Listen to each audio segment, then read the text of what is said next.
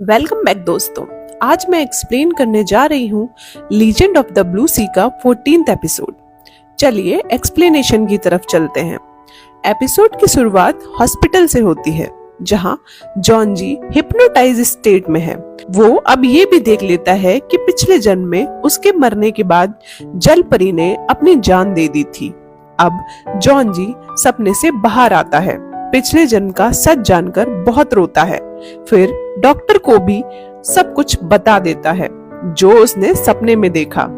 दूसरी तरफ मादेयोंग दरवाजे के बाहर खड़े होकर उनकी सारी बातें सुन रहा था, फिर वहां से चला गया। कुछ देर में जॉन जी भी घर पहुंचता है।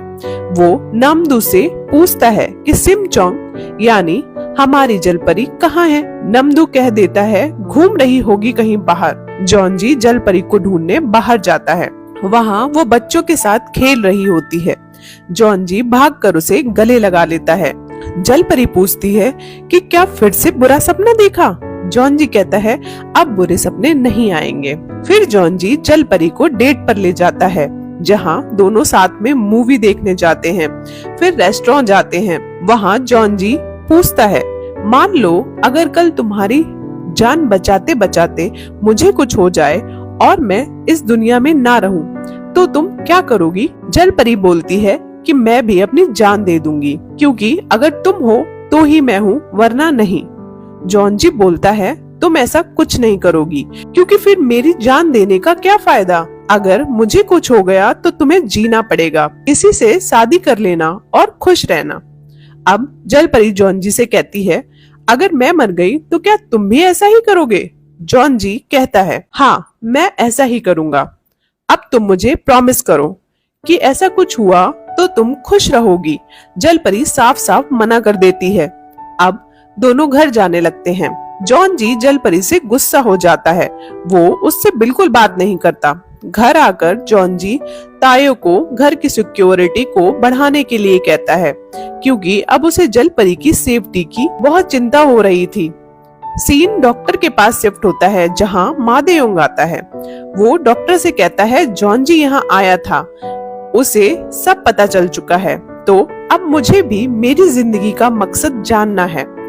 अब डॉक्टर उसे भी हिप्नोटाइज करके उसकी पिछली लाइफ में ले जाता है।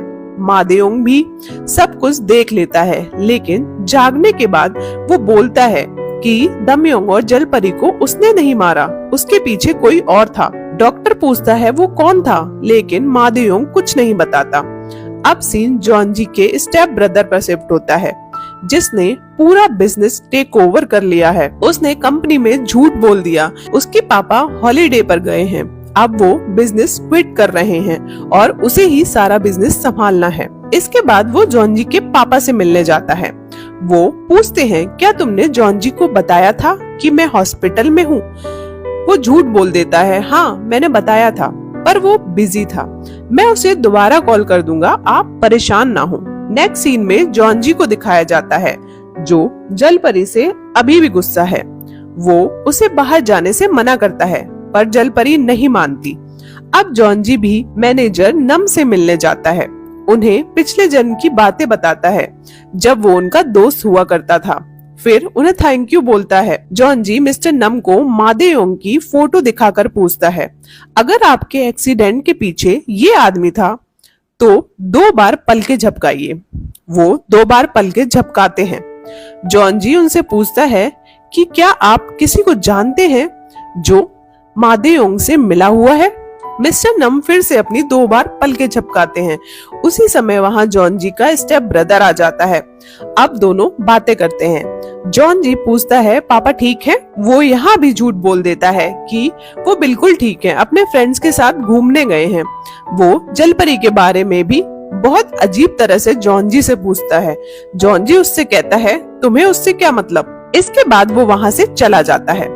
अब हमें जिन को दिखाया जाता है जो जॉन जी की स्टेप मदर को कॉल कर रही थी, पर वो उसका फोन नहीं उठाती। जॉन जी की माँ जिन से सीईओ के असली बेटे यानी जॉन जी के बारे में पूछती है।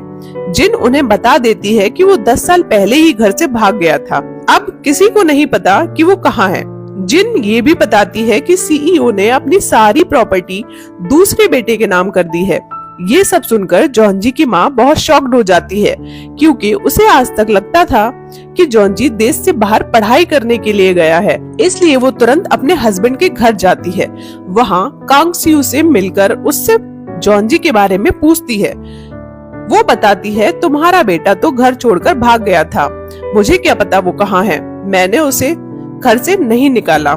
जॉनजी की माँ उसे उसके असली नाम कांग जियोन से पुकारती है, तो उसे बहुत बुरा लगता है और वो कहती है कि मेरा नाम अब कांग सियू है। जॉनजी की माँ उससे बोलती है कि वो अपने बेटे को ढूंढकर उसे उसका हक जरूर दिलवाएगी। फिर वहाँ से चली जाती है।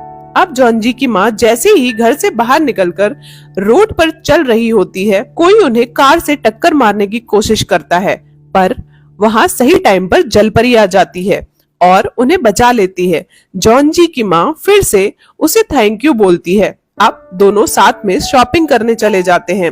तभी तायो वहाँ दिखाया जाता है, जो कार वाले की फोटो खींच रहा था। तायो को जॉनजी ने जलपरी का पीछा करने के लिए कहा था ताकि वो सेफ रह सके। उधर जॉनजी पुलिस स्टेशन में जाता है। पुलिस इंस्पेक्टर उससे मादेयोंग की फाइल दिखाता है और जॉनजी को कांग जियोंग के बारे में बताता है। जॉनजी फाइल में डॉक्टर का नाम पढ़ता है, जिससे वो खुद भी ट्रीटमेंट ले रहा था। अब जॉनजी और वो इंस्पेक्टर मिलकर डॉक्टर के पास जाते हैं और उनसे पूछताछ करते हैं कि क्या मादेयोंग उनसे मिलने आया था। डॉक्टर मना कर देता है। जॉनजी नोटिस करता है कि डॉक्टर झूठ बोल रहे हैं।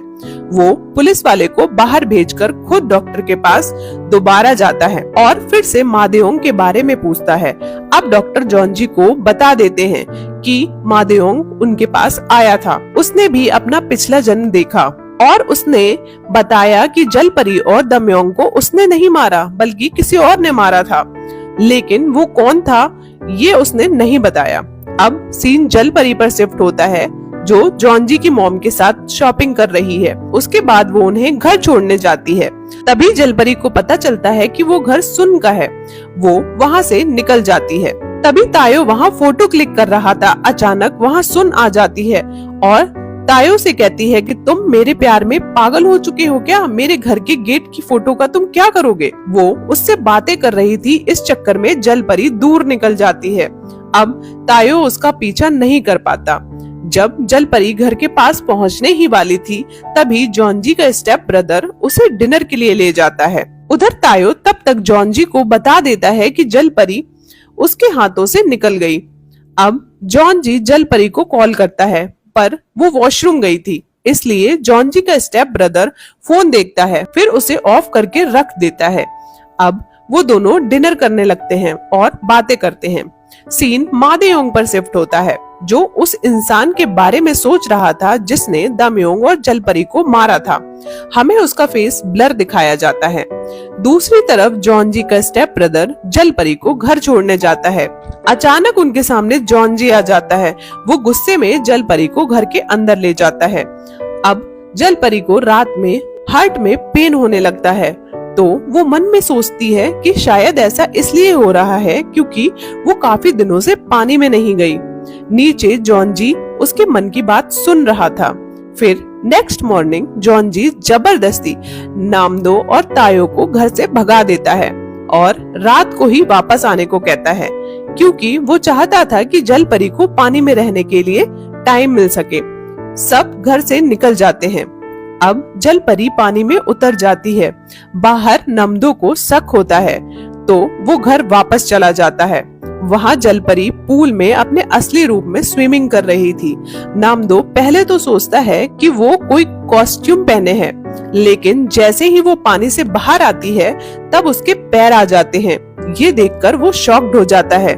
फिर वो सारी पिछली बातें सोचता है और उसे समझ आ जाता है कि सिम चोंग असली मरमेड है। वो खुश हो जाता है। उसे मोतियों के बारे में भी पता था, तो वो जलपरी को रोने के लिए कहता है। फिर बोलता है कि हम खुद का मरमेड शो लॉन्च करेंगे, बहुत पैसे कमाएंगे। अब जलपरी नमदू से कहती है कि क्या तुम मेरा सौदा करोगे? क्या तुम जॉनजी को भी बता दोगे मेरे बारे में? जलपरी डर जाती है, तो वो नमदू से कह देती है ठीक है, आज से हम दोनों पार्टनर्स, और उससे हाथ मिलाने के लिए हाथ आगे बढ़ाती है। जैसे ही नमदू उससे हाथ मिलाता है, जल परी उसकी थोड़ी सी मेमोरी का पार्ट मिटा देती है। अब नमदू को याद नहीं रहता कि सिमचोंग एक जल परी है। नेक्स्ट सीन में सब डिनर कर रहे होते हैं। तभी नामदू को कुछ अजीब सा लगता है। वो बोलता है कि मुझे कुछ याद आ रहा है। जल परी मन में बोलती है कि क्या मैंने इसकी मेमोरी ठीक से नहीं मिटाई, कुछ रह गया है क्या। तभी जॉनजी ये सुन लेता है। अब नमदू बताने ही वाला था कि उसने सिमचोंग को पूल में देखा। तभी जॉनजी नमदू के सिर पर मारता है, कहता है ये सब शराब का असर है, तुम कम पिया करो। फिर जल परी से नजरें चुराता हुआ खाना खाने लगता है। अब कुछ देर बाद जल परी उससे अकेले में ले जाकर पूछती है कि तुम कब तक मुझसे बात नहीं करोगे। जॉनजी कहता है कि तुम मुझसे प्रॉमिस क्यों नहीं कर रही हो। जल परी मन में बोलती है क्योंकि अगर तुम मर गए तो मैं भी मर जाऊंगी। मेरा दिल तभी तक धड़केगा जब तक तुम मुझसे प्यार करते रहोगे। अगर तुम मुझे छोड़कर चले गए तो मेरा दिल भी सख्त होकर एक दिन बंद हो जाएगा। जॉनजी सब सुन रहा था तो वो पूछता है क्यों मर जाओगी तुम, क्यों रुक जाएगा तुम्हारा दिल, सब कुछ बताओ मुझे। जल परी कहती है तुमने सब कुछ सुन लिया। जॉनजी कहता है पहले ये बताओ तुमने क्या कहा, अभी तुम्हारा दिल क्यों रुक जाएगा। जल परी फिर से उससे पूछती है तुम कब से मेरी आवाज सुन सकते हो। और ये एपिसोड यही खत्म हो जाता है। आगे की कहानी जानने के लिए बने रहिए मेरे साथ। मिलते हैं नेक्स्ट वीडियो में, तब तक के लिए goodbye and take care.